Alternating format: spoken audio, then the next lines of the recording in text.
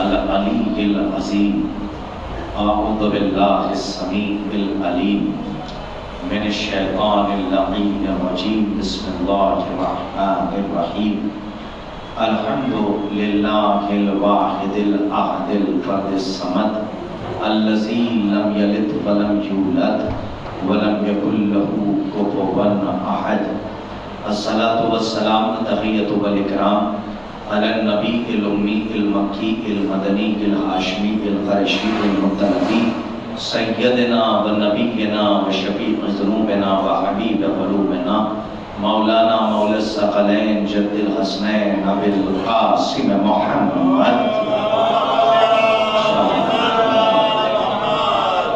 وعلی اہل بیتہ الطیبین الطاہرین المعصومین المظلومین المنتجبین المنتخبین ولعنت اللہ علی اعدائہم ومنکری فضائلہم ومنکری مصائبہم ومنکری جلالتہم ومنکری شجاعتہم ومنکری سیادتہم ومنکری ولایتہم ومنکری ولایتہم وغاصب حقوقہم ومنکری عطشہم اجمعین من یومنا ھذا الی قیام یوم الدین اما بعد فقد قال علی بن ابی طالب علیہ الصلاۃ والسلام اللہم صلی علی محمد وآل محمد بسم اللہ الرحمن الرحیم اول الدین معرفتہ صلوات بر محمد وآل محمد بآواز بلند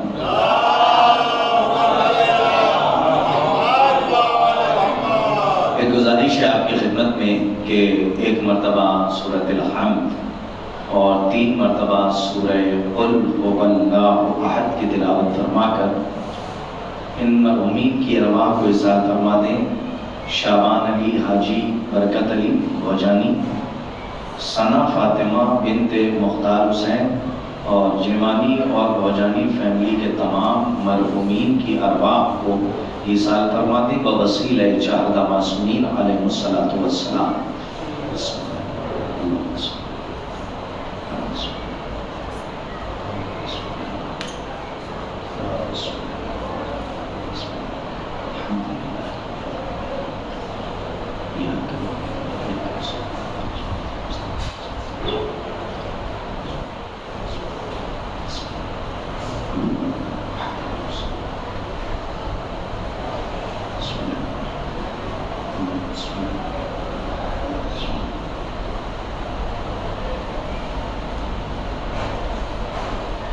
صلوات محمد و آل محمد۔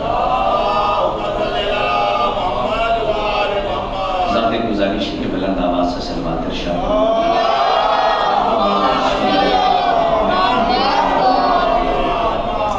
محترم المقام لائق صدر اکرام صاحبان، بتوفیق الہی بتائید محمد و آل محمد علیہ الصلوۃ والسلام، مناقب علی اطہار اور معارف آل محمد اور مصائب سرکار ابا عبداللہ حسین علیہ السلام کا یہ طاہر اور مطہر کارواں دھیرے دھیرے اپنی منزل مقصود سے بہت قریب سے قریب تر ہو رہا ہے، اور آج ہم معارف اور مناقب اور فضائل کی 4تھی منزل میں داخل ہو رہے ہیں، اور مسلسل گفتگو معرفت دین کے سلسلے سے ہو رہی ہے کہ امیر کائنات فلک جناب عزت مآب علی بن ابی طالب علیہ السلام کا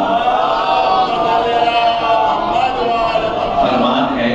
نہج البلاغہ میں مولا نے فرمایا اول الدین معرفتہ، دین کا کمال دین ہونا کمال نہیں ہے بلکہ دین کی معرفت ہونا کمال ہے، اس لیے کہ دین جب تک پہچانا نہیں جائے گا تب تک انسان دین پر عمل نہیں کر سکتا۔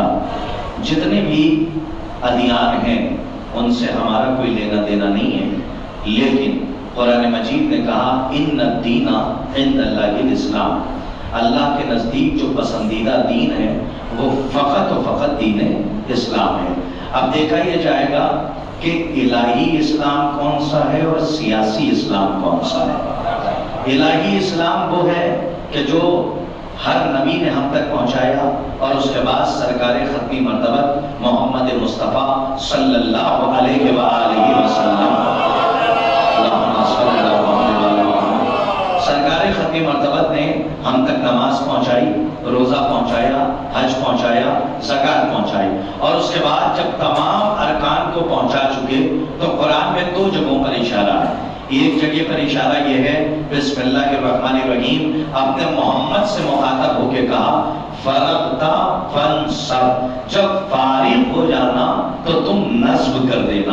آپ نے محسوس نہیں کیا یہ جو جملہ قرآن میں آیا ہے فرغتا فانصب، آپ نے محمد سے کہا اللہ نے کہ جب تم تمام ارکان کو پہنچا کر نماز پہنچا دو، روزہ پہنچا دو، حج پہنچا دو، زکات پہنچا دو، جب پورا اسلام پہنچا دینا تو فانصب، تو پھر نصب کر دینا۔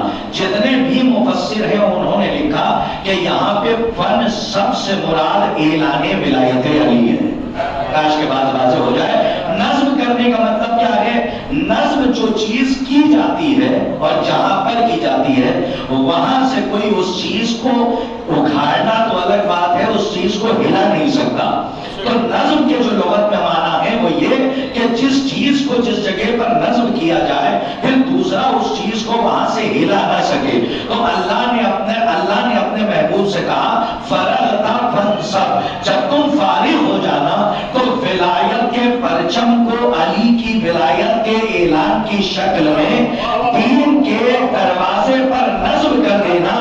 یہی وجہ ہے کہ اب 25 برس ہو یا 50 برس ہو کوئی کتاب غدیر کو بدل نہیں سکا، اس لیے کہ جب تینوں خلافتیں آ کر چلی گئیں اور جب علی ظاہری امامت میں اسی منبر پر آ کر بیٹھے اور وہاں بیٹھے کہ جہاں محمد بیٹھا کرتے تھے، تو علی کے خطبے میں جملہ یہ ہے کہ آج حق اپنی جگہ پر پلٹ کر واپس آ گیا۔ کاش کے بعد واضح ہو جائے صلوات پڑھیے محمد وعلی محمد۔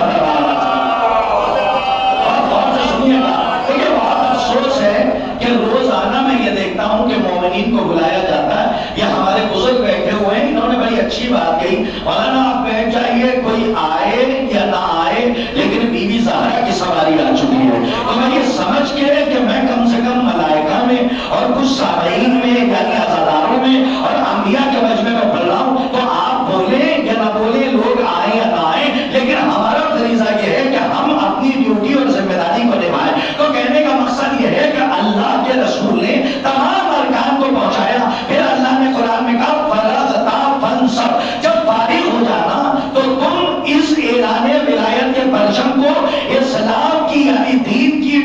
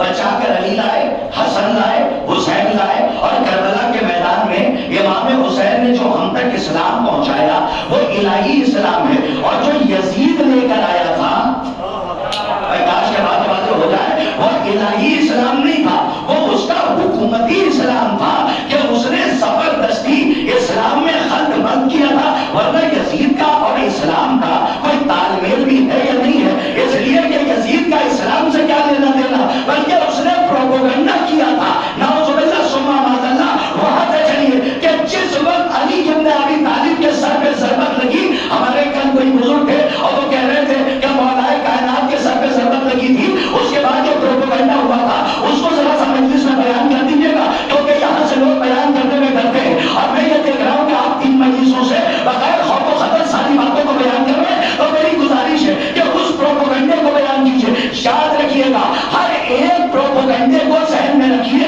تاکہ الہی اسلام سمجھ میں آئے۔ جب علی کے سر پہ ضربت لگی تو یہ بات جب کوفے میں مشہور ہو گئی تو لوگوں نے سوال کیا، کیا علی نماز بھی پڑھتے تھے؟ آپ نے محسوس ہی نہیں کیا؟ یہ جملہ سن لینا اور بابا کر لینا کمال نہیں ہے، کمال یہ ہے کہ اس جملے کے اوپر غور کیجئے کہ آخر اہل بیت کی زبان مقدسہ کو کتنا پردے میں ڈال دیا گیا تھا کہ لوگوں کو یہ نہیں پتا کہ علی مسجد میں جاتے تھے، علی نماز پڑھتے تھے۔ یہ جملہ کیوں کہا گیا کہ علی نماز بھی پڑھتے تھے؟ جانتے ہیں، جب آپ ہسٹری آف اسلام کا مطالعہ کریں گے تو تاریخ کے اندر ایسے ایسے لوگ موجود تھے کہ جو بیٹھ کر علی کی برائی کیا کرتے تھے، اور 3 لوگوں کا واقعہ مشہور ہے کہ ایک شخص وہاں سے جا رہا تھا اور جب اس نے یہ پوچھا کہ میں روز آنا دیکھتا ہوں کہ تم علی کا ذکر کرتے ہو، سنیے قیامت ہے، اللہ اکبر، یہ علی کی مظلومی ہے جو میں بیان کر رہا ہوں، اس وقت تاریخ میں واقعہ موجود ہے۔ اس نے پوچھا کہ علی کون ہے کہ جن کا ذکر تم روز کرتے ہو؟ جانتے انہوں نے کیا کہا؟ انہوں نے کہا ایک علی نام کا بہادر تھا کہ جو جنگ نہروان میں مارا گیا۔ نہیں، آپ نے نہیں محسوس کیا؟ یہ بڑی بات میں نے کہی، ایک علی نام کا بہادر تھا جو جنگ نہروان میں مارا گیا۔ یہ کیوں کہا انہوں نے؟ تاکہ لوگ یہ نہ پہچان پائے کہ ابو طالب کے بیٹے کو علی کہتے ہیں۔ میں تھوڑا سا جاگے گا، اور جتنا پڑھنا اتنے کا ذمہ دار ہوں، میں سن کے پڑھنے والوں میں سے نہیں ہوں، جب تک کہ کتابوں کے ریفرنسز میرے سامنے نہ ہو اور حوالے نہ ہو۔ تاریخ میں بڑا مستند واقعہ، ایسے ایسے علی کی فضیلت کو چھپایا گیا، علی کی فضیلت میں پردے ڈالے گئے۔ میں آپ کو ایک بات بتاؤں، ایک حدیث بہت مشہور ہے، یہ ہمارے محمد بھائی ہیں الحمدللہ اور ہمارے برادر ہیں کہ جو اس کیمرے کے ذریعے مجلسوں کو لوگوں تک پہنچاتے ہیں۔ ہماری مائیں بہنیں بیٹیاں آتی ہیں، بچیاں آتی ہیں جو بیٹھ کے مجلس سماعت کرتی ہیں۔ میں ان کی خدمت میں بات عرض کروں کہ علی کی فضیلت کو ہمیشہ چھپایا گیا، اور ایک حدیث ابھی میں آپ سے پوچھوں گا کہ یہ تو مسئلہ ہے کہ کوئی نئی بات اگر پڑھ دی جائے تو لوگ یہ سوچنے لگتے ہیں کہ یہ ہم نے اب تک سنا نہیں۔ تو کوئی بھی خطیب اور عالم اور ذاکر، میں تو ادنا سا طالب علم ہوں، میں تو ٹھیک سے ابھی اساتذہ کی نالین سیدھی کرنا نہیں سیکھ پایا، اور سب سے زیادہ علم رکھنے والے ہمارے بزرگ پیچھے بیٹھے ہیں۔ عزیزان گرامی، آپ یہ نہ کہا کیجئے کہ ہم نے سنا نہیں، نہ، ایک ذاکر اور خطیب کسی کے سننے کا ٹھیکیدار نہیں ہے، توجہ، بلکہ ہم نوجوانوں کو کہتے ہیں کہ آپ سننے پر نہیں۔ اسی لیے مولا امام حسن سے کسی نے سوال کیا کہ مولا یہ بتائیے کہ شک اور یقین میں کیا فرق ہے؟ کاش کے بعد واضح ہو جائے۔ تو امام نے فرمایا شک اور یقین میں، یا اور واضح کر دوں آپ کی خدمت میں، امام حسن مجتبی علی کا دور ہے، سوال علی سے ہوا اور چھوٹے ہیں امام حسن۔ امام حسن جب علی سے سوال ہوا کہ یہ بتائیے کہ شک اور یقین میں کیا فرق ہے، تو علی نے اشارہ کیا امام حسن کی طرف۔ کاش کے بعد واضح ہو جائے۔ تو امام حسن نے کہا 4 انگل کا فرق ہے۔ بہت غور سے سن رہے ہیں ہمارے نوجوان، کتنا فرق ہے؟ 4 انگل کا۔ جو پہنچ گئے ان کو سلام، کیا بلاغت امام ہے، کتنا ہے؟ 4 انگل کا۔ کہا کہ 4 انگل کا کیسے؟ کہا جو کان سے سنا جائے اس میں شک ہوتا ہے، جو آنکھ سے دیکھا جائے اس پر یقین ہوتا ہے، اور اتنا ہی فرق ہے کان میں اور اس آنکھ میں۔ تو مولا نے ایسے ایسے جواب دیے۔ اب آپ کو کہاں پہ بلوانا ہے یہ میری اپنی ذمہ داری ہے، یہ ہمارے بھائی بہت دور سے آتے ہیں اور دیگر لوگ ہیں یہ صورت تک پہنچتے تھے الحمدللہ. تو ایسے سامعین کی مجھے قدر کرنی ہے. تو آپ کی خدمت میں بات عرض کروں کہ کہاں کہاں پر علی کی فضیلتوں کو چھپایا گیا. ایک حدیث ہے کہ جو آپ نے سنی ہوگی, اطلبوا العلم ولو کان بالسین. سنی ہے یا نہیں سنی؟ اطلبوا العلم ولو کان بالسین. ارے ترجمہ صاحب مجلسی مجمع, علم حاصل کرو نہیں, علم طلب کرو. علم کیا کرو؟ طلب کرو. حاصل الگ ہے, طلب الگ ہے. علم طلب کرو چاہے تمہیں, ڈرتے کیوں ہیں بتا دیا کریے, میں کوئی ٹوکوں گا تھوڑی نہیں, آپ کو تو انڈیکیٹ کر کے بات پہنچا رہا ہوں, جو آنے والے آ جائیں گے. اطلبوا العلم ولو کان بالسین. علم طلب کرو چاہے تمہیں. یہ چین کہاں سے لے آئے بھائی؟ یہ چین کہاں سے لے آئے؟ یہی باتوں کو سمجھانا ہے. اگر یہ ساری غلط باتیں ہماری نسلوں میں منتقل ہو گئیں تو آنے والی نسلوں کو خطرہ ہے. ایسے ایسے علی کی فضیلتوں میں پردہ ڈالا گیا. اور سنیے, یہ چین وین کچھ نہیں ہے. خدا کا شکر ہمیں باب شہر علم ملا. زمانہ 1400 سالوں میں چین تک پہنچا. کھانے کا اثر زیادہ ہے کیا؟ ایک صلوات پہ محمد والے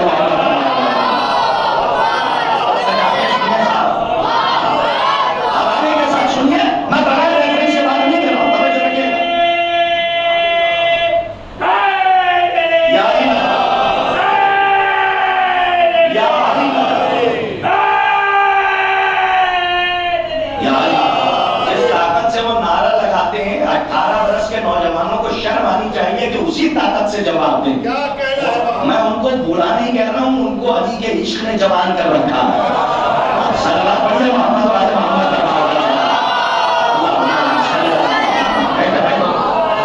تو میں آپ کی خدمت میں عرض کر رہا ہوں, اطلبوا نہیں, میں آپ کو نہیں کہوں گا, اطلبوا العلم ولو کان, بہت غور سے سنو, بہت ذمہ داری کے ساتھ, اطلبوا العلم ولو کان بالسین.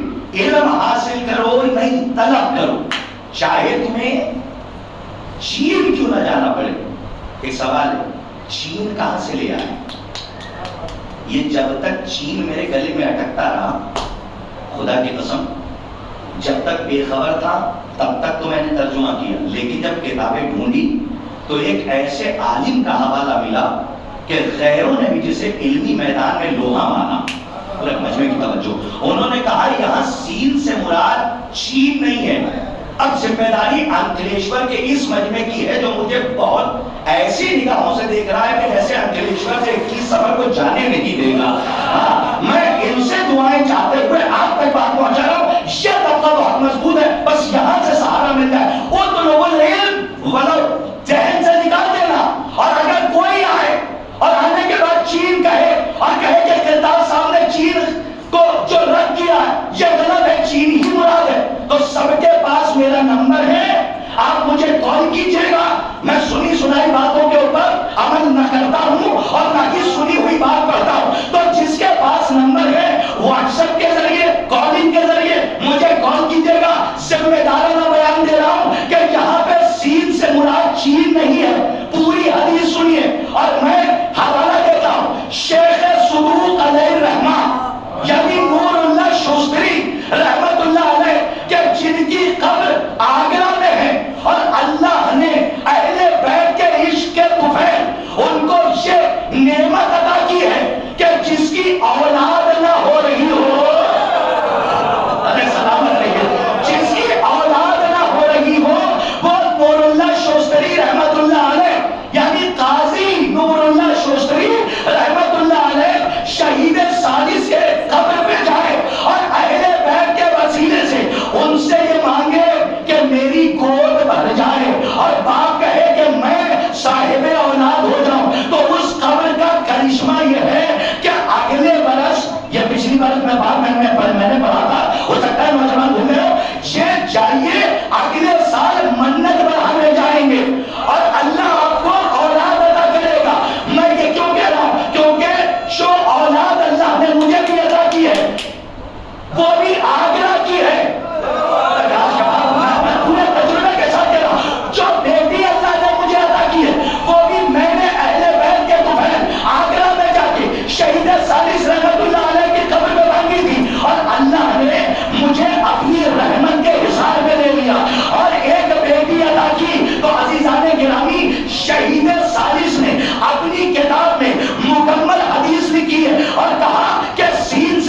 چین نہیں ہے، یہ علی کی فضیلت میں پردہ ڈالا گیا اور اپنوں نے بھی پڑھنا شروع کیا. انہوں نے مکمل حدیث پڑھی. کہتے ہیں اطلبوا العلم ولو کان بالسین، السین موضع فی الکوفہ. سلامت رہیے اور آپ کو آواز رکھیں. نہیں، میرا جملہ سمجھ نہیں پہنچا. میں مکمل حدیث اس کو کوٹ کیجیے گا، اس کو قید کیجیے گا، اور کلپ اگر چلا سکیے گا، وائس اگر کلیئر ہو تو چلا دیجیے گا ذمہ داری کے ساتھ. شہید ثالث رحمت اللہ علیہ نے اپنی کتاب میں اور علامہ مجلسی علیہ الرحمن نے بحث کی ہے کہ یہاں سین سے مراد چین نہیں ہے، بلکہ یہاں سین اشارہ ہے، کنایہ ہے، استعارہ ہے. اور اس کے بعد شہید ثالث نے مکمل حدیث لکھی اور وہ کہتے ہیں اطلبوا العلم ولو کان بالسین، السین موضع فی الکوفہ. علم طلب کرو چاہے تمہیں دور ہی کیوں نہ جانا پڑے.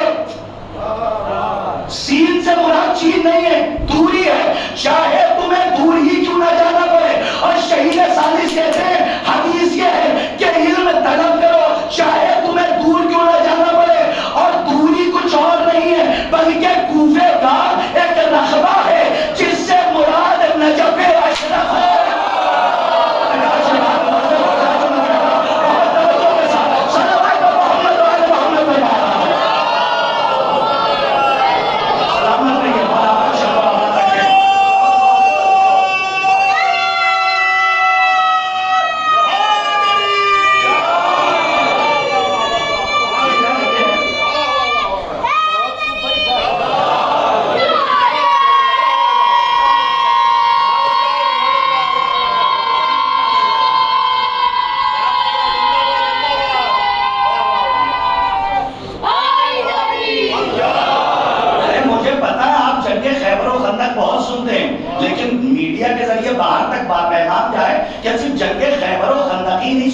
بلکہ اصولی باتوں کو بھی بہت اچھا سنتے ہیں. سلام پڑھیے محمد آل محمد.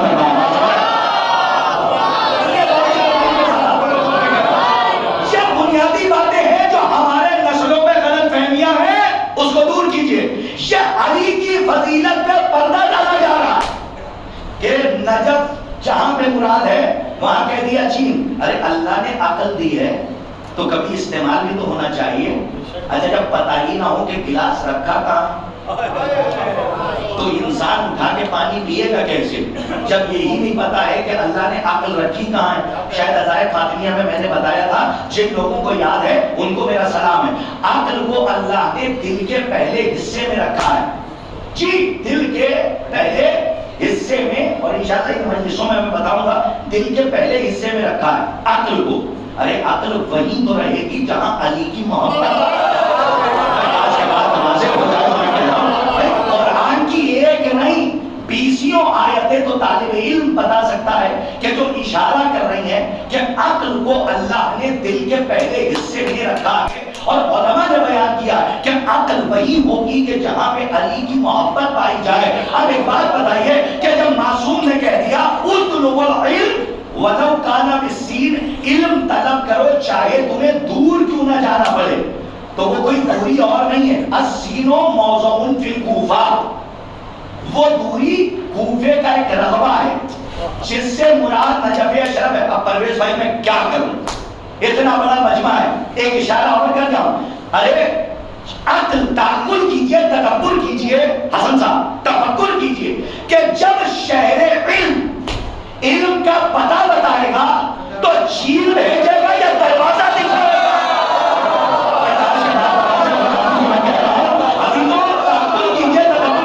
کیا فرمایا نبی نے؟ انا مدینۃ العلم وعلی بابھا، میں شہر علم ہوں اور علی اس کا دروازہ ہے. اب کھڑکی،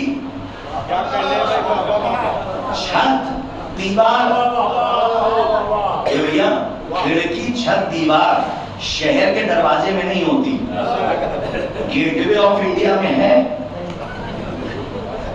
سامنے کی دلیل بھی ہے، گیٹ آف انڈیا میں ہے نہیں ہے نا. تو شہر کے دروازے میں نہ چھت ہوتی ہے نہ کھڑکی ہوتی ہے، صرف دروازہ ہوتا ہے.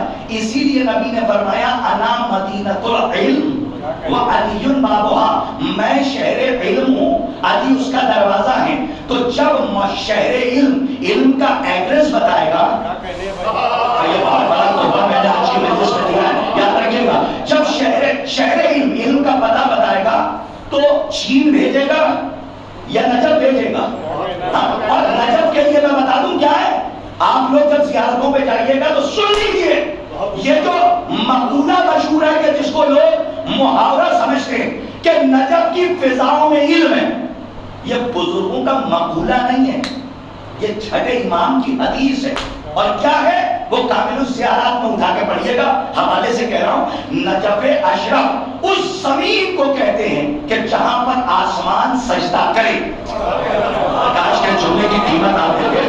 نجف اشرف اس زمین کو کہتے ہیں کہ جہاں پر آسمان اپنے سر کو جھکا دے. چھٹے امام کی حدیث ہے، سنیے، چھٹے امام کی حدیث ہے کہ صبح میں نماز فجر کے وقت، کامل الزیارات میں نماز فجر کے وقت ایک ہوا کا جھونکا ہے جو آتا ہے، علی کی زری سے مس ہوتا ہے اور پھر پلٹتا ہے. معصوم فرماتے ہیں کہ وہ ہوا کا جھونکا اگر کسی شخص سے منسوب یعنی مس ہو گیا تو اس شخص کو خبر نہیں کہ اللہ نے اس کو معرفت کی کتنی دولت عطا کر. اللہ اکبر.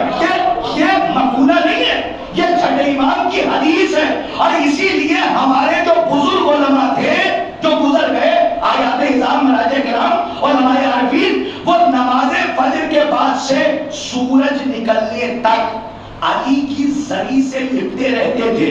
یا یوں کہوں کہ علی کے پیروں پر بیعت کرنے والے ولایت کے سورج سے اس وقت تک لپٹے رہتے تھے جب تک فلک کا سورج نکل رہا ہے.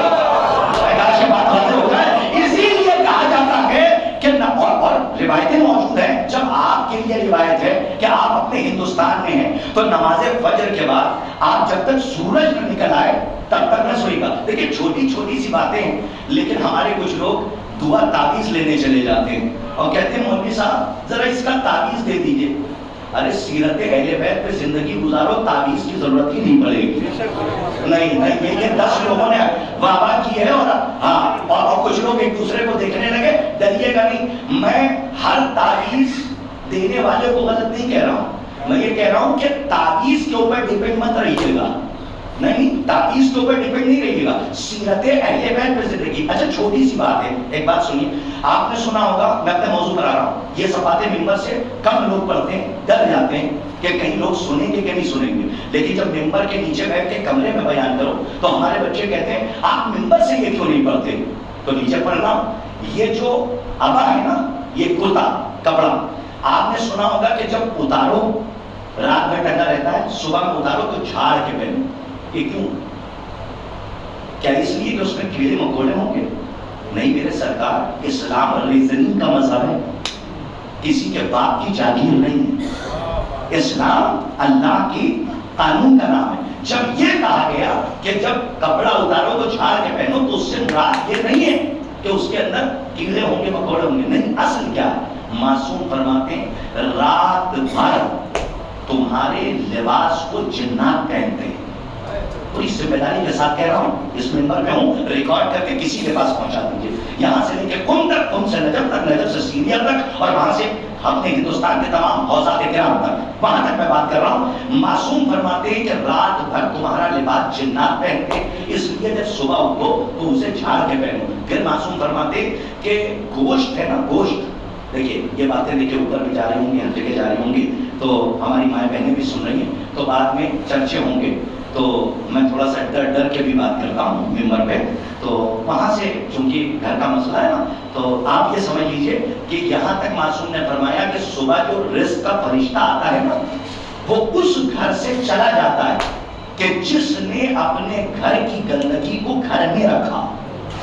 حدیث ہے معصوم کی، اور فرشتہ کہتا ہے کہ اس کے گھر میں رزق نہیں دوں گا پروردگار جہاں تم نے بھیجا تھا. علت یہ ہے کیونکہ اس نے اپنے گھر کی گندگی اور کوڑے کو اپنے گھر کے اندر رکھا ہے. باہر نہیں چھوڑا. ایک بات اور بتا دوں, شاید وہ کام کی ہو. کبھی آپ نے دیکھا ہوگا ہسبینڈ اینڈ وائف میں حالات صحیح ہوتے ہیں لیکن لڑائی ہوتی رہتی ہے, رزق میں بھی کمی نہیں ہوتی, ارے آپ کی فطری بات کر رہا ہوں, لیکن تناؤ بنا رہتا ہے. کیا مطلب؟ دونوں ایک دوسرے سے لڑتے رہتے ہیں. معصوم پتہ ہے کیا فرماتے ہیں؟ معصوم فرماتے ہیں یہ ان کے گھر میں زیادہ ہوتا ہے کہ جن کے گھر میں کھانے کے برتن رات بھر گندے پڑے رہتے ہیں. سنیے, میں تعلیمات دے رہا ہوں, اور وہ جو امام نے فرمایا رات بھر جب ہسبینڈ اینڈ وائف میں لڑائی ہوتی ہے شوہر اور بیوی میں, تو لوگ مولوی صاحب کے پاس جاتے ہیں, تعبیر دے دیجئے تاکہ محبت پیدا ہو جائے. اب غلطی خود کر رہے ہو, سیرت اہل بیت پر عمل نہیں کر رہے ہو. معصوم فرماتے ہیں رات بھر, اس کے بعد صلوات پڑھ دیے تاکہ اپنے نفس موضوع پر آ جاؤں, ورنہ زیادہ غور سے سنتے رہے تو اس میں ڈوب جائیے گا اور میں کچھ پہنچا نہیں پاؤں گا. معصوم فرماتے ہیں جس کے گھر میں رات بھر برتن گندے رہتے ہیں تو اسے رات بھر جنات چاٹتے ہیں, اور اس کے بعد وہی جنات ہسبینڈ اینڈ وائف میں اختلاف پیدا کرتے ہیں. یہ معصوم فرما رہے ہیں. صلوات پر محمد وعلی محمد.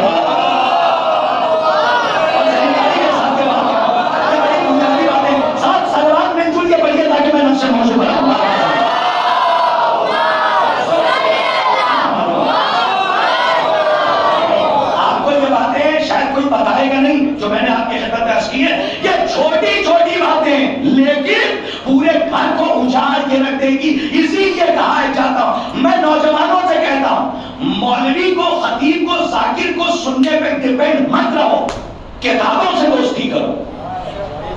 نہیں, سر ہلانے سے کچھ نہیں ہوگا. کتابوں سے دوستی کرو, گیم سے دوستی نہ کرو. کتابوں سے دوستی کرو تاکہ جب یہاں سے روایت آگے بڑھی جائے تو پوری خود بخود تم سمجھ لو, تو خطیب کو زیادہ سمجھانا نہ پڑے. تو میں نے آپ کی خدمت میں عرض کیا کہ اطلب العلم ولو کان بس اسی علم طلب کرو چاہے تمہیں دور کیوں نہ جانا پڑے. تو دور سے مراد کوئی اور جگہ نہیں ہے, بلکہ کیا ہے؟ دور سے مراد ہے نجف اشرف. ارے عقل ہوگی تو سب مانیں گے. جب رسول نے کہہ دیا انا مدینۃ العلم, میں کتنی بڑی دلیل دوں گا, علی بابا میں شہر علم ہوں, علی اس کا دروازہ ہے, تو رسول چین کیوں بھیجیں گے؟ اسی لیے تو بہلول تانا کا واقعہ. ارے سلامت رہیے, ارے صرف بہلول کو پڑھ لیجئے تو علی کی شریعت سمجھ میں آ جائے کہ جسے دنیا پاگل کہتی ہے اور توحید کی لغت میں اس کو دانا لکھا جاتا ہے, بہلول کچھ ڈھونڈ رہے ہیں. تو سامنے والے نے آ کے پوچھا کہ کیا ڈھونڈ رہے ہو؟ کہا سوئی گر گئی ہے. سنی ہوئی چیز ہے لیکن انڈیکیٹ کر رہا ہوں. کیا ڈھونڈ رہے ہو؟ کہا سوئی ڈھونڈ رہے ہیں. اچھا, کہاں گری تھی؟ کہا مدینے میں.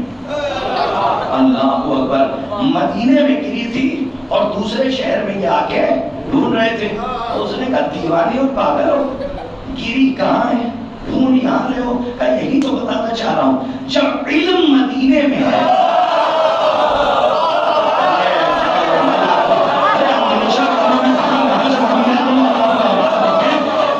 سلامتی کے لیے سلوات پڑھیے تاکہ منزل آسان ہو جائے.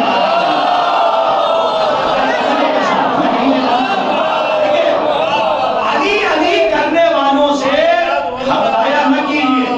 جو علی علی کرتا ہے اپنے بچوں کو ان بزم میں زیادہ بھیجیے کہ جہاں پہ علی کا ذکر ہوتا ہے.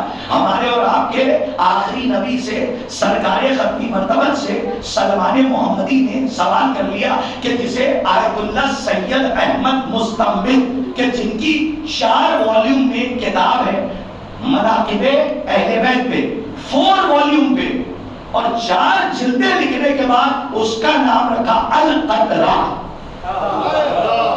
سلامت رہیے. 4 جلدیں لکھنے کے بعد اس کا نام رکھا کہ یہ قطرہ ہے.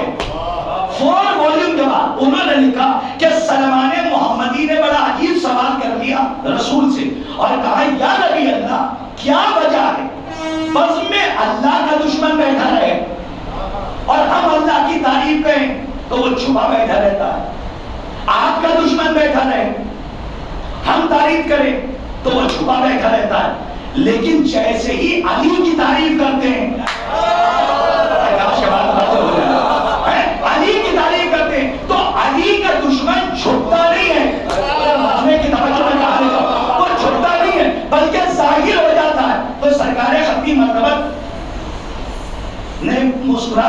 سلمان خاموش رہو، یہ راز ہے. بالکل مجمع کی توجہ، یہ راز ہے. کہ یا نبی اللہ کیسا راز ہے؟ کہ اسے نبی اور مرسل ہی برداشت کر سکتے ہیں. تو بہت دیر تک بیٹھے رہے. اس کے بعد جناب سلمان نے اپنے رخسار کو سرکار ختمی مرتبہ کے پیروں پہ مس کیا، جیسے آج ہم بزرگوں سے کہتے ہیں نہیں دے دیجئے، نہیں بتا دیجئے، تو بیٹھے رہے. اس کے بعد جناب سلمان نے سرکار ختمی مرتبہ کے پیروں کو چوما، اور چومنے کے بعد ایک جملہ کہا، یا نبی اللہ اس راز کو میں سمجھ رہا ہوں کہ نبی اور مرسل ہی برداشت کر سکتے ہیں، لیکن آپ ہی نے مجھے منا اہل البیت اہل بیت میں شامل کیا، کیا میں اس کا اہل نہیں ہوں؟ اب نبی مسکرائے. کہا سلمان، پورے مجمع کی توجہ، کہا سلمان کھڑے ہو جاؤ. سلمان کھڑے ہو گئے. سلمان کا بیان ہے کہ ہم نبی کے ساتھ ساتھ چلے. نبی مسجد نبوی میں گئے اور چلتے چلتے ہمارے پیر دوش ہوا پہ پرواز کرنے لگے. ہم نے قریوں سے گزار اپنے سفر کو دیکھا کہ قریوں سے گزرے، شہروں سے گزرے، صحرا سے گزرے، جنگلوں سے گزرے. ایک جگہ ایسی آئی کہ جہاں آج تک میں گیا ہی نہیں تھا. چاروں طرف پھلواری تھی، لوبان کی خوشبو تھی، شہد سے زیادہ میٹھا پانی تھا، برف سے زیادہ ٹھنڈا پانی تھا. جھرنے آ رہے تھے. بھئی جملہ ایک ہے، ولایتیوں کے لیے تحفہ ہے، قبول فرمائیے گا. اور جہاں مجلس ہو رہی ہے اس کو بھی سمجھ لیجیے گا کہ اس کا کیا مرتبہ ہے. نبی کریم سے محمد سلمان محمدی نے کہا میں نے پوچھا کیا تھا، آپ دکھا کیا رہے ہیں؟ نبی کریم نے فرمایا سلمان میں یہاں اس لیے لے کر آیا تاکہ تمہیں علی کی ولایت کا تحفہ بتاؤں کہ اللہ کیا دیتا ہے. کا کیا مطلب؟ کا جس جگہ پر علی کا ذکر ہوتا ہے اللہ اس جگہ کو جنت کا ٹکڑا بتا دیتا ہے.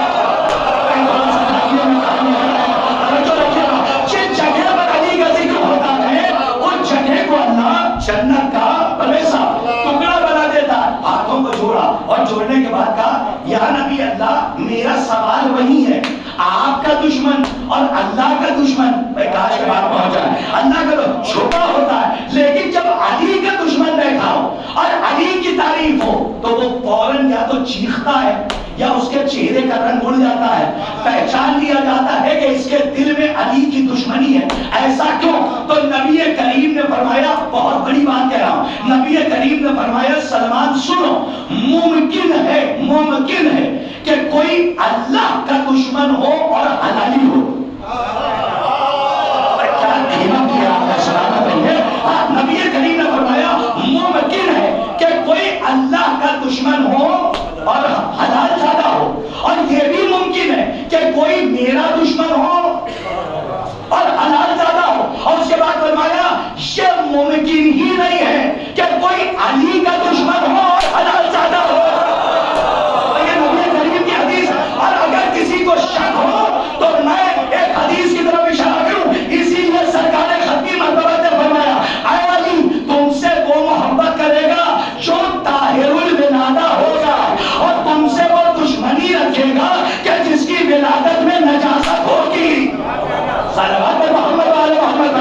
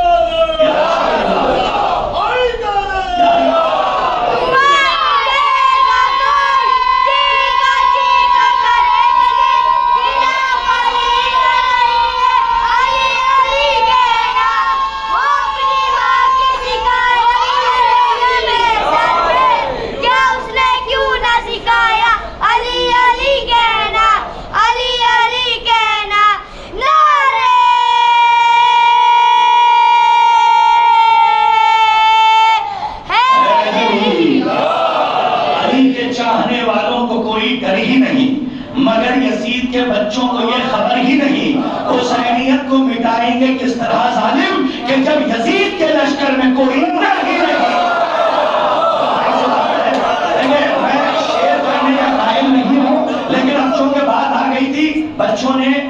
پڑھ دیا ایک شعر، تو میں نے سوچا کہ شعر سے شعر کو ملا دیا جائے۔ آپ نے کبھی حرہ کا نام سنا ہے؟ حرہ، ہاں 4-5 لوگوں نے سنا ہوگا، ادھر پوچھو حرہ کا نام۔ بھیا میں تو آپ کو آگے نہیں بلاتا ہوں، کم سے کم 50% اسی کا دے دیا کریے۔ تو میں نے آپ سے کبھی کہا کہ آپ آگے آ جائیے، جہاں بیٹھے اچھے لگ رہے ہیں۔ آپ ولایت کے آسمان کے وہ ستارے ہیں کہ جو در علی پر خود سجدہ کرنے جاتے ہیں، تو اب مجھے بلانے کی ضرورت نہیں۔ حرہ کا نام سنا ہے؟ ہماری مائیں بہنیں سنیں، یہ ان کے لیے درس ہے، اور خاص طور پہ آپ کے ذریعے سے بہت دور تک پہنچانا۔ حرہ کون تھی؟ حرہ تھی علی کی چاہنے والی محبہ۔ کس کے زمانے میں تھی؟ کس کے زمانے میں؟ حجاج ابن یوسف ملعون کے زمانے میں۔ تاریخ کہتی ہے کہ جب تک یہ وہ بادشاہ ہے، کیا میں بادشاہ کہوں، لیکن تاریخ میں بادشاہ، یہ وہ بادشاہ ہے کہ جو جب تک ایک علی والے کو قتل نہیں کر لیتا تھا تب تک یہ کھانا نہیں کھاتا تھا۔ اللہ کو اکبر، اتنے مارے گئے تب اتنے ہیں، اتنے مارے گئے تب اتنے ہیں اور یہاں پہ موجود ہیں۔ اسی لیے تو چھٹے سرکار سے کسی نے پوچھ لیا تھا، مولا آپ کے چاہنے والوں کو اتنا مارا جاتا ہے لیکن یہ کم کیوں نہیں ہوتے؟ تو امام نے فرمایا تجھے پتہ نہیں حلال میں برکت ہے۔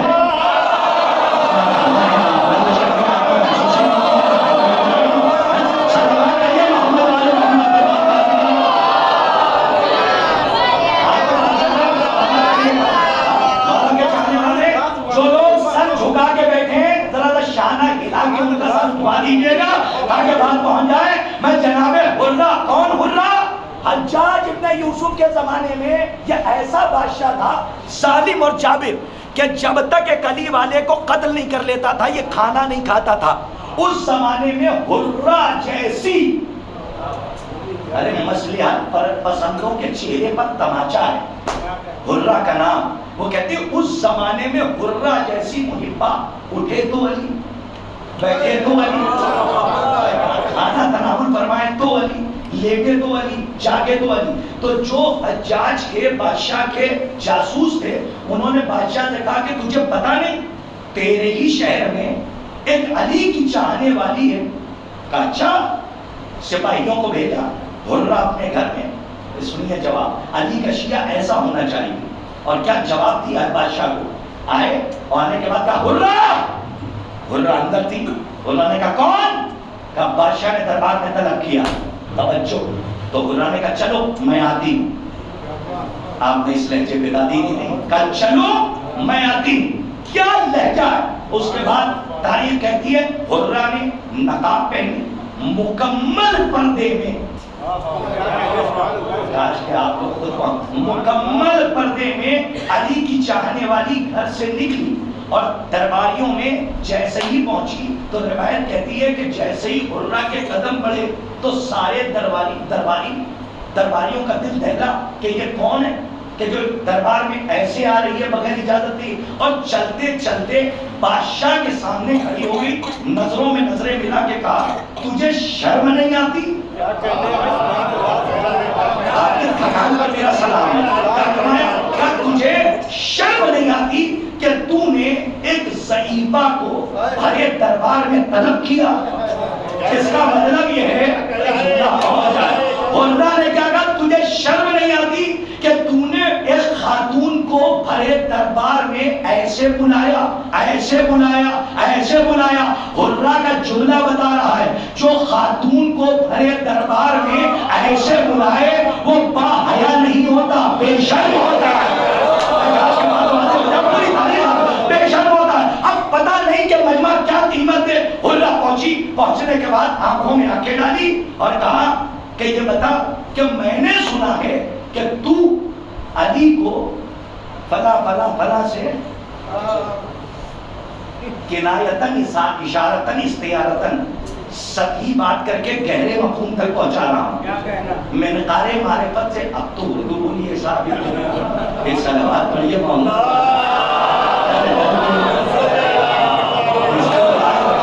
سلامت رہیے، ہمارے بزرگ مسکراتے رہتے ہیں تو ہمیں تھوڑی سی تقویت ملتی ہے۔ حرہ نے آنکھوں میں آنکھیں ڈالی، بادشاہ نے کہا میں نے سنا ہے کہ تو علی کو ان سے سب سے افضل کہتی ہے؟ کیا مطلب؟ کیا تو علی کو صحابہ میں سب سے افضل کہتی ہے؟ اس نے کہا تو جھوٹ بول رہا ہے.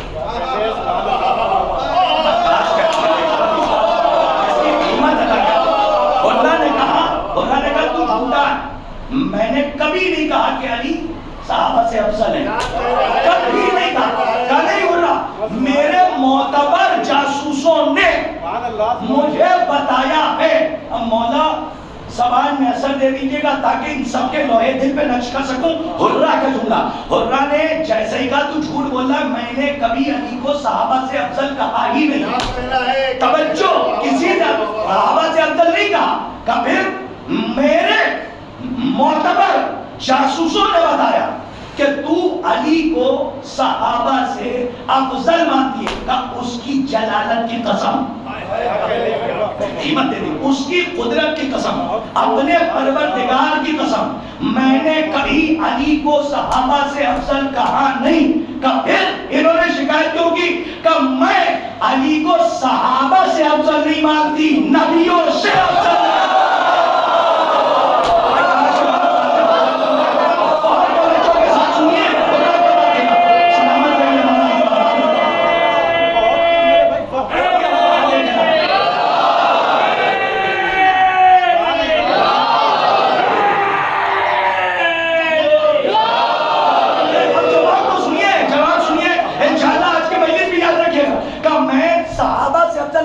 پھر کس سے؟ کہ نبیوں سے. اب وہ ہنسنے لگا. کہ تیرا دماغ خراب ہو گیا؟ بول رہا اب تک تو میں نے یہ سنا تھا، اب تو کہہ رہی ہے نبیوں سے علی افضل ہے. کہاں افضل ہے؟ کہ تیرے پاس کوئی دلیل ہے؟ کہ میرے کچھ سوال ہے، اس کے جواب دے. کہ کیا سوال ہے؟ کہ پہلا سوال، ہمارے اور آپ کے پہلے نبی کون؟ دیکھیں جو سنا ہوا ہے وہ نہیں سنانا ہے. ایک روایت کا جملہ ہے، جہاں تک پہنچانا ہے. میں اپنے مقصد تک جا رہا ہوں، ورنہ میں واقعات پڑھنا نہیں چاہتا اور نہ ہی میں پڑھتا ہوں زیادہ. موقع آ گیا ہے تو سن لیجئے. حرہ نے کہا آدم کو اللہ نے کہا تھا کہ اس شجر کے قریب نہ جانا. دیکھیں یہ جملے نہیں ہیں، اگر کوئی پڑھے تو وہ غلط ہے. یہ نہیں کہا تھا کہ کھانا نہیں، بلکہ یہ کہا تھا اس شجر کے قریب مت جانا. لیکن آدم چلے گئے اور گندم کھا لیا. اللہ نے جس کے نتیجے میں انہیں زمین پر بھیج دیا تو اس نے کہا کہ اس میں تیرے علی کی کیا فضیلت ہے؟ کہ اس کی قدرت کی قسم آدم سے اللہ نے کہا کہ گندم یا اس شجر کے قریب نہ جانا. لیکن جناب آدم شجر کے قریب گئے اور گندم کھا لیا. اس کا مطلب وہ شجر گندم کا تھا تبھی تو کھایا. اور میرے علی سے ایک مرتبہ بھی اللہ نے نہیں کہا کہ گندم نہ کھانا، لیکن میرے علی نے پوری زندگی جو کی روٹی کھائی. یہ تو آپ نے سنا ہوا. اب سنیے جو اہم سوال کا جواب حرہ نے دیا. دربار مل کے رہ گیا. حرہ نے کہا کہ تو بھی پوچھ، تیرے درباری بھی پوچھیں. حرہ ایک ایک سوال کا جواب دے گی. سر اٹھاؤ، مجلس تمام ہو رہی ہے، بڑی تیزی سے آگے بڑھاؤ. حرہ نے کہا سن، جناب موسیٰ کوہ طور پہ جاتے تھے اللہ سے باتیں کرنے. تو ایک دن موسیٰ کی قوم نے موسیٰ سے پوچھ لیا کہ یہ بتاؤ موسیٰ تمہارا اللہ سنتوں ولا نوم کا مزاج کیوں ہے؟ وہ کبھی سوتا کیوں نہیں؟ تو موسیٰ جواب نہیں دے پائے تھے. آپ کے سناٹے پہ بولتا ہوا قربان ہو جاؤں. موسیٰ جواب نہیں دے پائے تھے. ارے علی ہوتے تو دیتے نا. تھوڑا سا جاگیے، میں تاریخ بناؤں. موسیٰ جواب نہیں دے پائے تھے، بلکہ موسیٰ نے کہا ٹھیک ہے میں جاتا ہی ہوں اللہ سے باتیں کرنے. تو میں جاؤں گا اور جانے کے بعد پوچھوں گا کہ آخر ایسا کیوں ہے. میں سے سنیے، شاید یہ مناظرے کا بھی موضوع ہے کہ جو توحید پہ بات کرتا ہے اس کی بھی دلیل ہے. تو جیسے ہی گئے موسیٰ، جانے کے بعد کہا کہ اے پروردگار میری قوم نے پوچھا ہے تو کبھی سوتا کیوں نہیں؟ تو اللہ نے 2 شیشے دیے. سلامت رہیے. 2 شیشے دیے. موسیٰ نے کہا پروردگار یہ کیا ہے؟ کہا یہ تحفہ ہے، گفٹ ہے، لے جاؤ. کہا پروردگار کیوں دیا؟ کہا یہ 2 شیشے اپنی مٹھی میں دبا کے رکھنا. دیکھو موسیٰ ٹوٹے ٹوٹنے نہ پائے. سلامت رہیے, سلامت رہیے. موسیٰ دیکھو ٹوٹنے نہ پائے. اب پتا نہیں کہ آپ کہاں جا کے سنیں گے یہ ہال کیسے محشر میں بدلے گا. کیا جواب ہے کہ موسیٰ ٹوٹنے نہ پائے, چھوٹنے نہ پائے. ہوا کیا کہ ایک رات گزری, جاگتے رہے, ٹوٹنے نہ پائے, چھوٹنے نہ پائے. 2 رات گزری, ٹوٹنے نہ پائے, چھوٹنے نہ پائے. 3 رات گزری, ٹوٹنے نہ پائے, چھوٹنے نہ پائے. 4تھی رات آئی, موسیٰ کی آنکھ جھپکی, مٹھی کھلی, شیشے گرے, چکنا چور ہوئے, موسیٰ کا دل دہلا. موسیٰ طور پہ گئے, کہا پروردگار تو نے جو شیشوں کی بچانے کی ذمہ داری دی تھی وہ ہاتھ سے گرے اور ٹوٹ گئے. کہا بس اب اپنی قوم سے جا کے کہنا کہ موسیٰ جیسا نبی, موسیٰ جیسا نبی ایک لمحے کے لیے سو گیا تو 2 شیشے نہ بچا پایا. اگر خدا سو گیا تو دنیا کیسے بچائے گا؟ نہیں, ابھی آپ سے قیمت لینی ہے. جہاں تک میں آیا ہوں, علی کی ولایت کا جام پینے والوں, اب سنو علی کے وہ فضائل کہ جو حرہ نے سنائے, شاید کہ کوئی مومن خاموش نہ رہے. اب جیسے ہی اس نے کہا نا کہ موسیٰ جیسا, میں کاش کہ پرویز بھائی داد مل جاؤ, قیمت دے دیجیے گا, سمجھ لیجیے گا. موسیٰ جیسا نبی ایک لمحے کے لیے سویا تو 2 شیشے نہ بچا پایا. تو اگر خدا سو جائے تو کائنات کو کون بچائے گا؟ اب بادشاہ نے کہا اس میں تیرے علی کی کیا فضیلت ہے؟ کہا ابھی تیرے عقل کے دروازے نہیں کھلے. موسیٰ جیسا نبی ایک لمحے کے لیے جس کی آنکھ جھپکی تو 2 شیشے نہ بچا پایا. میرا علی شب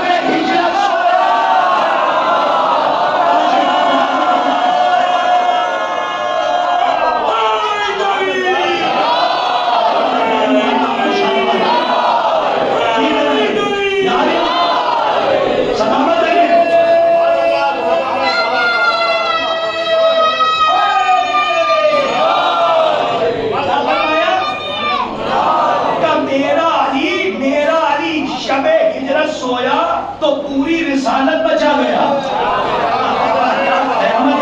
کہ میرا علی شب ہجرت سویا تو پوری رسالت بچا گیا. اب ذرا سا ہٹ کے پڑھتا ہوں اور آپ زور سے سن لیجیے گا, میری اپنی مجبوری ہے. جب شب ہجرت پہ بات آ ہی گئی ہے تو پھر ایک بات سن لیجیے.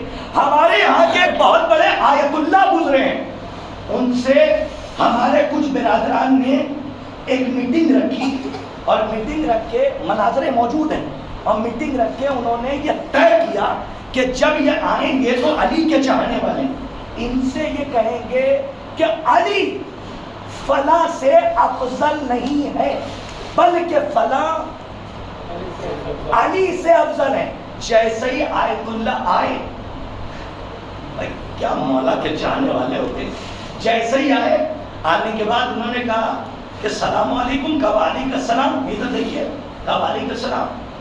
کہا کہ ہم یہ طے کر چکے ہیں کہ علی نعوذ باللہ مفضول ہیں اور فلاں علی سے افضل ہیں. تو یہ سوچ رہے تھے شاید یہ علی کی افضلیت کی دلیل دیں گے. انہوں نے پلٹ کے کہا فلاں تم غلط ہو, مجھ سے پوچھو, فلاں علی سے افضل نہیں, محمد سے افضل ہے. سلامت رہیے. دیکھیے قیمت دیجیے گا تبھی کچھ پڑھا جائے گا, ورنہ معاملہ خراب ہو جائے گا. کہا فلاں آیت اللہ تھے, کہا فلاں علی سے افضل نہیں ہے. کاش کے حق کے میں پہنچا دوں. فلاں علی, ارے اب تو ذمہ داری سمجھیے, فلاں علی سے افضل نہیں ہے, فلاں محمد سے افضل ہے. اب ان کے پیروں تلے زمین سرک گئی کہ کیا آپ کا دماغ خراب ہے؟ ہم تو علی سے افضل کہہ رہے تھے, آپ ہم سے بڑے, آپ نے کہہ دیا محمد سے افضل ہے. کہا میں ثابت کر سکتا ہوں. کہا کیا؟ کہا آپ ہی کا کہنا تو ہے کہ نبی جب اس دنیا سے گئے تو کوئی جانشین بنا کر نہیں گئے.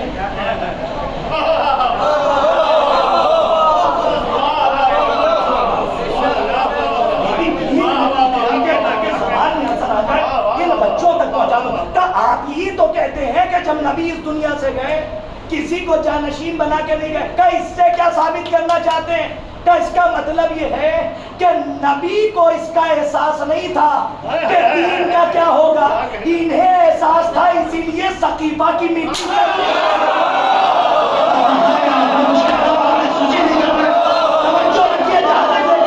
اب سنیے آخری بات اور مجلس تمام. اسی طرح سے شیخ مفید علیہ الرحمہ، نام سنا ہے شیخ مفید علیہ الرحمہ؟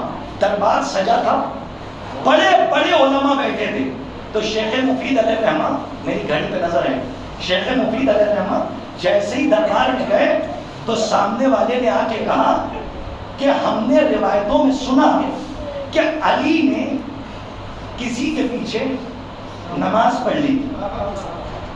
یہ مجلسوں سے اس لیے بتایا جاتا ہے تاکہ تمہارے پاس جواب ہو جب سوال کیا جائے.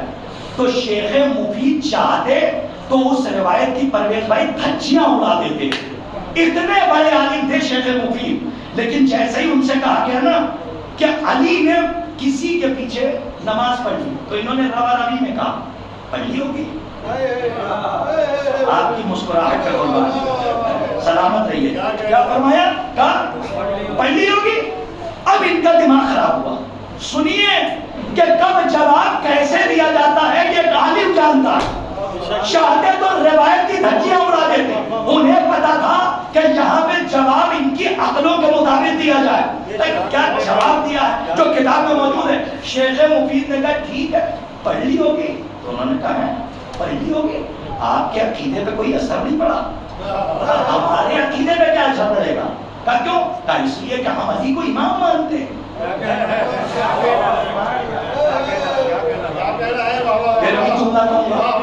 آپ کے مسکراتے ہوئے چہرے پر میری خطابت قربان ہو جائے. میں قربان ہو جاؤں. میں نے بڑی بات کہہ دی، یہیں پہ میرا جن. شیخ مفید نے کہا ہم علی کو امام مانتے ہیں، آپ نہیں مانتے. آپ کے یہاں سر پڑے گا، ہمارے یہاں نہیں پڑے گا. کہا کیوں؟ کہ ہمارا عقیدہ یہ ہے کہ جہاں سے امام کھڑا ہوتا ہے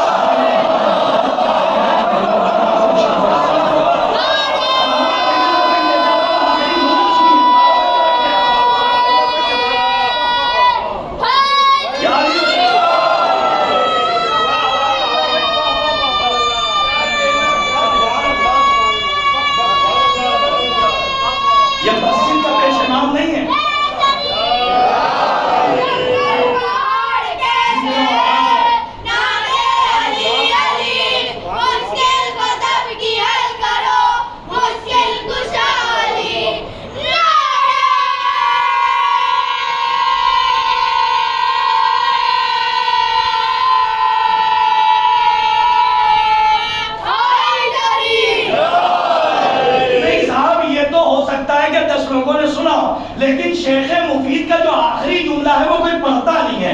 اب میں پڑھ رہا ہوں اور وہاں سے نعرے کی درخواست ہے اگر بات پہنچ جائے اب پوری دنیا کھڑی ہو کبھی ڈال دے تو مفید کا جملہ بڑا ہوگا، آپ کی درد چھوٹی ہوگی. انہوں نے کہا ہمارے عقیدے پہ اثر نہیں پڑے گا کیونکہ ہم علی کو اپنا امام مانتے ہیں اور ہمارا عقیدہ یہ ہے کہ جہاں سے امام کھڑا ہو جائے جماعت اس کے پیچھے سے شروع ہو جاتی ہے.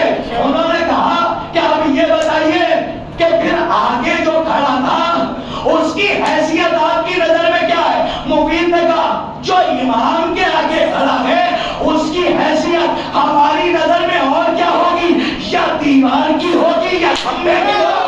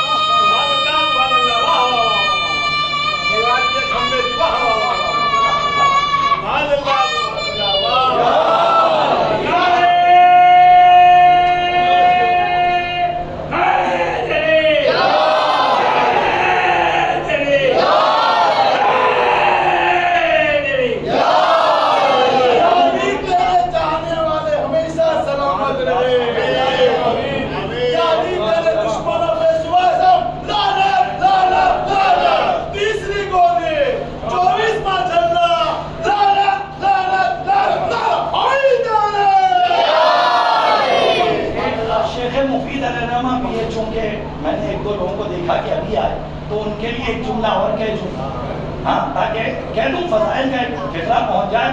شیخ مفید علیہ الرحمٰن نے کہا جو علی کے آگے کھڑا ہو امام کے آگے, اس کی حیثیت ہماری نگاہ میں ہمارے عقائد کی نظر سے یا تو دیوار کی ہوگی یا کمرے کی ہوگی.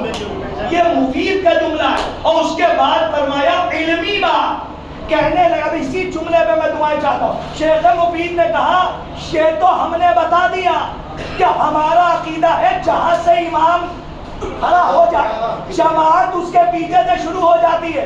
اب آپ بتائیے علی کی نماز کو نہ دیکھیے کہ کہاں پڑی کس کے پیچھے پڑی, ہمیں جواب دیجئے جو امام کے آگے کھڑا تھا اس کی ہوئی کہ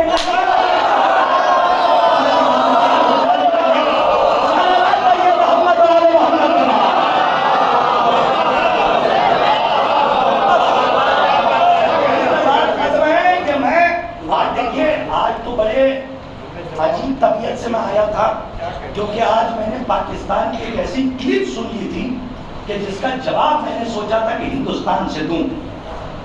وہ ہمارے مسلک کے عالم دین نہیں, وہ دوسرے مسلک کے ہیں, تو وہ بیٹھی بیٹھی باتیں کر رہے ہیں.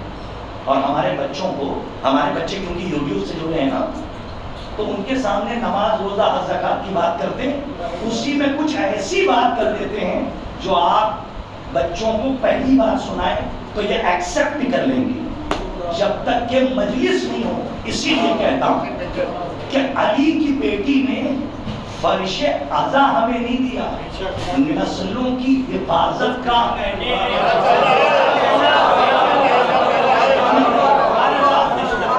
ایسا پلیٹ فارم کسی کے پاس نہیں ہے جیسا جناب زینب عالمہ غیر معلمہ عقیلہ بنی ہاشم نے آپ کو عطا کیا. اور اگر آپ کی اجازت ہو تو 10:36 ہوا ہے, 4 منٹ میں لے لوں آپ کا. سوال بلند آواز سے پڑھیے گا.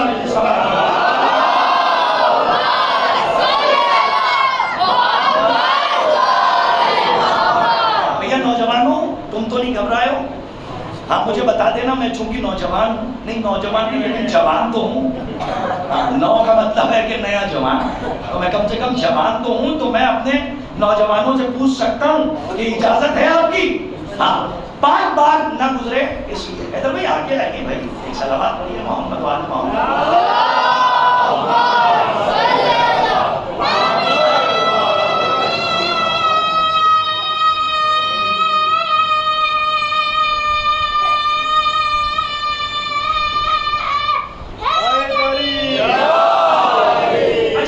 سوال ہے آپ سے, ایک سوال یہ ہے کہ جب جان کا خطرہ ہوتا ہے تو حج حرام ہے یا جائز ہے؟ حج پہ جانا کیا ہے؟ بلند آواز سے میرے بھائی, حرام ہے نا؟ اچھا کیوں حرام ہے؟ کیونکہ جب جان کا خطرہ ہوتا ہے راجو بھائی تو جان بچانا واجب ہے. وہ تو چھوڑیے, مسئلہ شریعہ یہ ہے کہ جب جان کا خطرہ ہوتا ہے تو واجب ترک ہو جاتا ہے. اب میں کیا کروں؟ داعش نے جتنی دھمکیاں دی,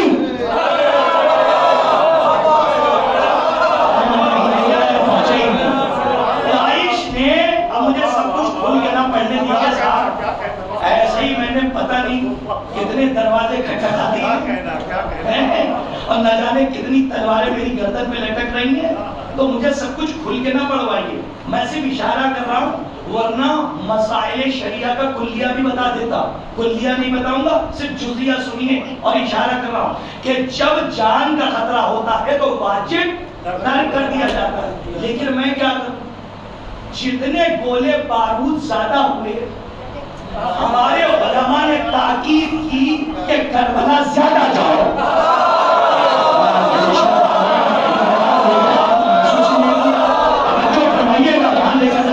جتنے گولے بارود زیادہ ہوئے اتنے علماء نے کہا کہ تاکید ہے کہ اب کربلا میں زیادہ جاؤ.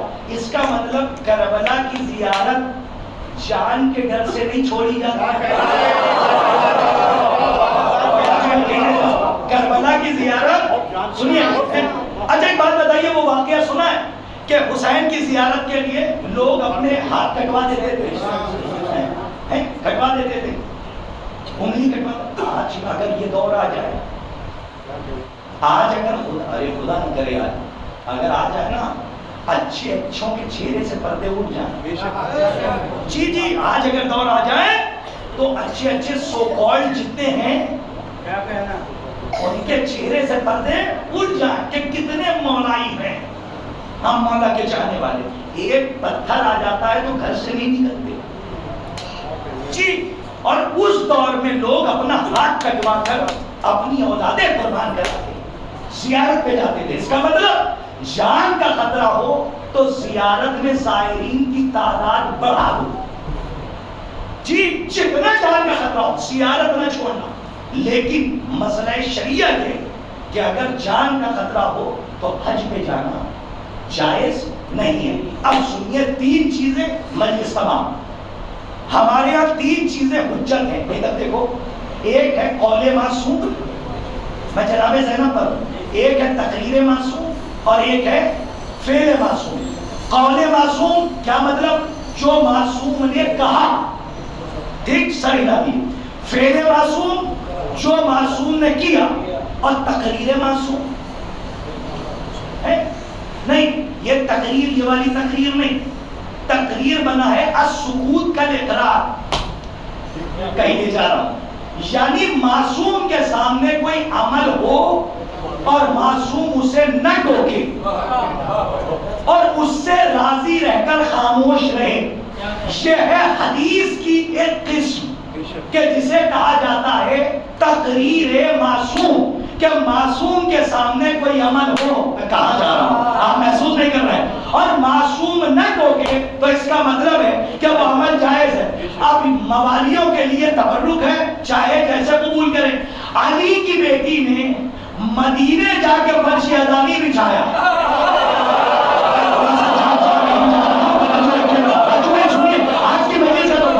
مدینے جا کے فرش ازانی بچھایا اپنے بھیا کے قاتل کے گھر میں, اپنے بھیا کی عزاداری کی, کہ جہاں جان کا بھی خطرہ تھا, جہاں مال کا بھی خطرہ تھا. روایتیں کہتی ہیں کہ جب علی کی بیٹی ماتم کر رہی تھی تو دربار کا صدر دروازہ کھلا تھا اور وہ مفتی ملعون بیٹھے تھے کہ جنہوں نے قتل امام حسین کا فتویٰ دیا تھا اور انہوں نے سگنیچرز کی تھی, وہ مفتی بیٹھے ہوئے تھے. اس کا مطلب جان کا خطرہ, اولاد کا خطرہ, مال کا خطرہ, اور قاتل کے گھر میں توجہ عزاداری کی. دو معصوم ایک وقت میں موجود, 5ویں امام بھی تھے, 4تھے امام بھی تھے, لیکن دونوں نے ٹوکا نہیں کہ بھوپی اماں یہاں جان کا خطرہ ہے, عزاداری نہ کیجیے. ان کا نہ ٹوکنا اس بات کی دلیل ہے کہ عزاداری میں تقیہ نہیں کیا جاتا.